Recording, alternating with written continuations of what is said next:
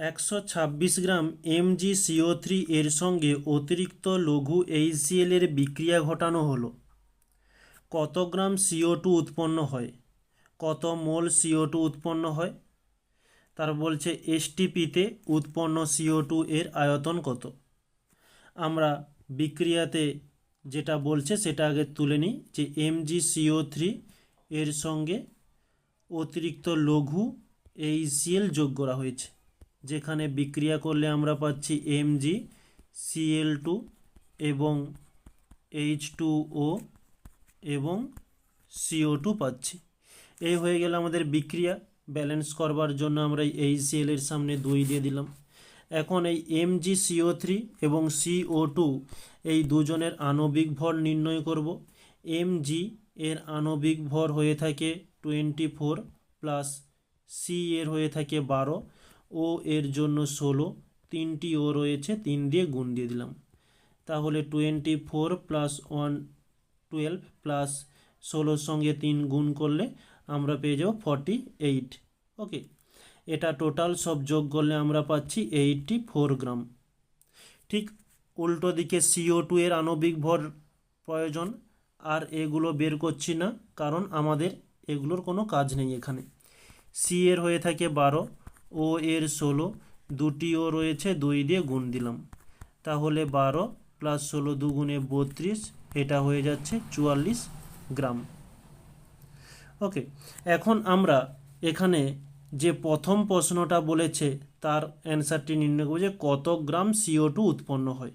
আমরা এই বিক্রিয়াটি থেকে লিখতে পারি 48 গ্রাম MgCO3 থেকে 44 গ্রাম CO2 উৎপন্ন হয়। তাহলে আমাদের প্রশ্নে কতটা বলেছে? 126 গ্রাম MgCO3 থেকে কতটা কার্বন ডাইঅক্সাইড উৎপন্ন হবে। ঠিক ঐকিক নিয়মের মতো করলাম। এটা একটু ক্যালকুলেশন দেখে নেব। 4 দিয়ে দিলে 4 একে 4, 4 একে 4, 4 দুগুণে 8, 4 একে 4। আচ্ছা, একে 3 দিয়ে চলে যাচ্ছে, 3 7 21, 3 4 12, 3 দুগুণে 6, 7 দিয়ে দিলে 7 6 42। তাহলে 11 গুণিতক 6 করলে আমরা পাচ্ছি 66 গ্রাম CO2 উৎপন্ন হয়। ওকে, এটা হয়ে গেল প্রথম অ্যান্সার। নেক্সট বলেছে কত মোল CO2 উৎপন্ন হয়। এটা আবার আমরা নেক্সট পেজে দেখে নিই যে মোল সংখ্যা কত। মোল সংখ্যা N সমান হয়ে থাকে W/M। ডাব্লুটা হচ্ছে ওজন, মানে কত ওজন হয়েছে? 66 গ্রাম হয়েছে। আর এর আণবিক ভর কত? এই যে 44 গ্রাম। তাহলে আমরা করব 66/44। 66/44, 11 3-এ, সরি 11 3 বলছি, 11 6-এ 66, 11 4-এ 44, 2 দিয়ে দিলে 2 দুগুণে 4, 2 3-এ 6, পাচ্ছি কত? 3/2 দিলে 2 একে 2, 0.25-এ 10, এত মোল। নেক্সট সিতে কি বলছে? আমাদের সির প্রশ্ন ছিল যে STPতে উৎপন্ন CO2 এর আয়তন কত।